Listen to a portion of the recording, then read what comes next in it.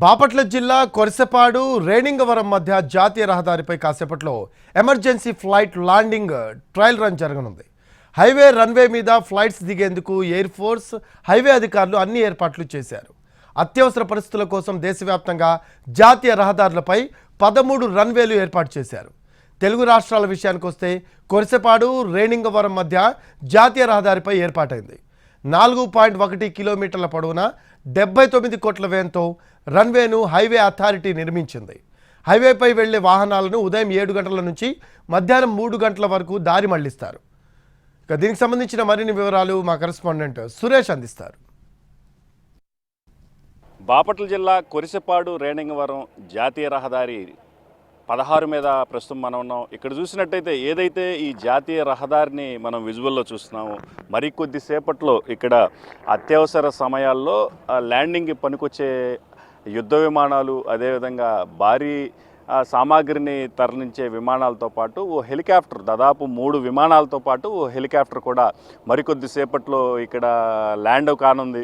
ఏదైతే అత్యవసర పరిస్థితులకు సంబంధించి దేశవ్యాప్తంగా 13 జాతీయ రహదారులపై అత్యవసర విమానాలు దిగేందుకు వీలుగా కేంద్ర ప్రభుత్వం దాదాపు 13 చోట్ల రోడ్లపైనే ఈ ల్యాండ్ ఏదైతే ఎయిర్ ఫోర్స్కి సంబంధించి రన్వేలను నిర్మాణం చేపట్టింది. దానిలో భాగంగా ప్రకాశం జిల్లాకు సంబంధించి సింగరాయకొండ, అదే ప్రస్తుతం బాపట్ల జిల్లాకు సంబంధించి ఈ కొరిసపాడు ముప్పవరం మధ్యలో దాదాపు 4.1 కిలోమీటర్ల దూరంలో దాదాపు 79 కోట్ల వ్యయంతో ఇక్కడ దీన్ని నిర్మించడం జరిగింది. దాదాపు గత సంవత్సరం క్రితం ఏదైతే డిసెంబర్ 29వ తేదీన ఇక్కడ దీనికి సంబంధించి ట్రయల్ రన్ కూడా పూర్తి చేశారు. అయితే ఆ సమయంలో ప్రధాని ఇక్కడికి వస్తారని భావించినప్పటికీ ప్రధాని రాకుండానే ఈ కార్యక్రమాన్ని పూర్తి చేశారు. ప్రస్తుతం కూడా ప్రధాని మోడీ ఈ కార్యక్రమానికి ఇక్కడికి వస్తారని ముందుగా అధికారులు సమాచారం ఇచ్చినప్పటికీ ఎన్నికల కోడ్ నేపథ్యంలో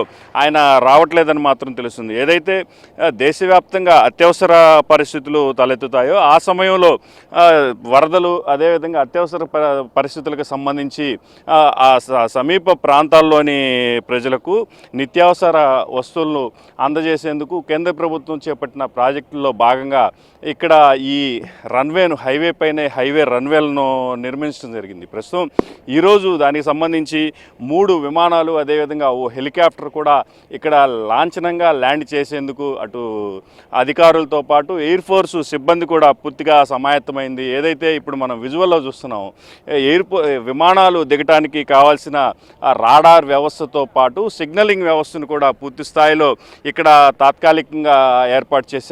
మరికొద్దిసేపట్లోనే ఇక్కడ విమానాలు దిగేందుకు అనువుగా కావాల్సిన సిగ్నలింగ్తో పాటు అత్యవసర విభాగాలకు సంబంధించి కూడా పూర్తి స్థాయిలో ఏర్పాట్లు చేసిన పరిస్థితి. ఏదైతే ఈ జాతీయ రహదారిపై చూస్తున్నామో పూర్తిగా అటు ఎయిర్ ఫోర్స్తో పాటు పోలీసులు కూడా పూర్తిగా ఈ ప్రాంతం మొత్తాన్ని తమ కంట్రోల్లోకి తీసుకున్న పరిస్థితి. మరోవైపు ఇటు అంబులెన్సులను కూడా ఇక్కడ రెడీగా చేసిన పరిస్థితి.